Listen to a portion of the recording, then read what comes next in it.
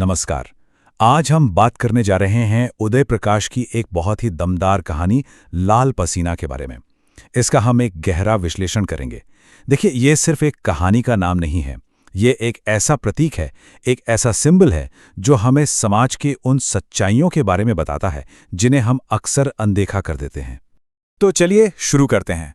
और सबसे पहला सवाल जो दिमाग में आता है वो यही है कि ये लाल पसीना है क्या। मतलब कहानी का ये नाम इतना अनोखा क्यों है, इसका असल मतलब क्या है। और यकीन मानिए, यही वो सवाल है जिसमें इस पूरी कहानी का सार छिपा है, इसकी आत्मा को समझने की चाबी है। तो देखिए, लाल पसीना कोई ऐसी चीज नहीं है जिसे हम देख सकते हैं। ये एक बहुत ही पावरफुल सिंबल है। ये उस मेहनत की बात करता है जहां एक मजदूर का खून और पसीना दोनों मिलकर एक हो जाते हैं। ये उनके कभी ना खत्म होने वाले संघर्ष की कहानी है, उस शोषण की दास्तां है जिसका वो हर रोज हर पल सामना करते हैं। अच्छा, तो अब हम कहानी की दुनिया में थोड़ा अंदर चलते हैं। उदय प्रकाश एक ऐसी दुनिया का नक्शा हमारे सामने खींचते हैं जो सामाजिक और आर्थिक, मतलब सोशल और इकोनॉमिक गैर बराबरी से भरी पड़ी है। और यही गैर बराबरी कहानी के पूरे संघर्ष की जड़ बनती है।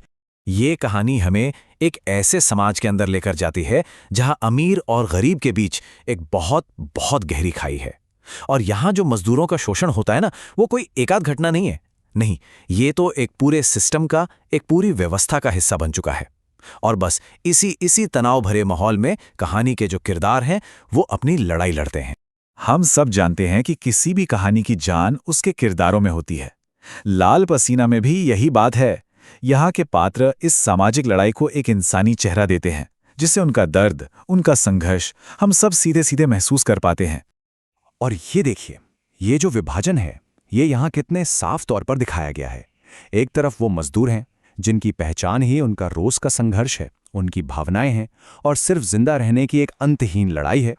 और फिर दूसरी तरफ है वो व्यवस्था, वो सिस्टम जो बिल्कुल बेपरवाह है। उसे सिर्फ आर्थिक शोषण से मतलब है, इंसानी भावनाओं से उसका कोई लेना देना नहीं।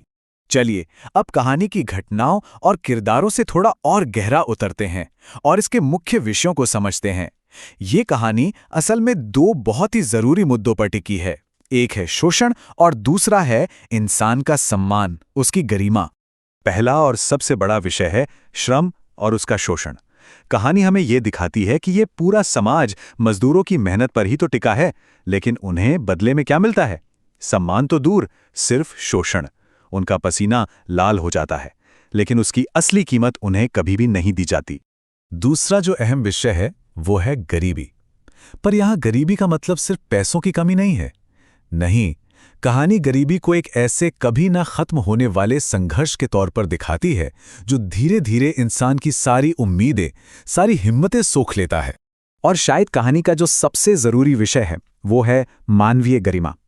ये कहानी उन हालातों के बारे में है जो इंसान से उसकी इंसानियत तक छीनने पर तुले हैं, और उन लोगों के संघर्ष के बारे में है जो इतनी मुश्किलों के बाद भी अपने आत्मसम्मान को, अपनी गरिमा को बचाने की कोशिश कर रहे हैं। तो अगर हम इन सब बातों को एक साथ देखें तो कहानी इन मुख्य विचारों को एक साथ बुनती है। श्रम और उसका शोषण, गरीबी और संघर्ष का वो अंतहीन चक्र, इंसान के सम्मान की लड़ाई और अमीर गरीब के बीच के संघर्ष का समाज पर गहरा असर। ये सब मिलकर कहानी को एक ऐसी दमदार आवाज देते हैं जिसे सुना जाना बहुत जरूरी है। उदय प्रकाश की ये कहानी सिर्फ एक कहानी लिखकर खत्म नहीं हो जाती। ये अपने आप में एक संदेश है, एक ऐसा संदेश जो आज के समय में भी उतना ही, बल्कि शायद उससे भी ज्यादा जरूरी है। तो सवाल यह है कि लेखक हमें आखिर क्या सिखाना चाहते हैं? तो इस कहानी से हम सब क्या सीख सकते हैं? देखिए, 3 बहुत जरूरी बातें हैं। पहली बात कि उस छिपी हुई मेहनत को पहचानें, उस श्रम को देखें जिसके दम पर असल में हमारा पूरा समाज खड़ा है।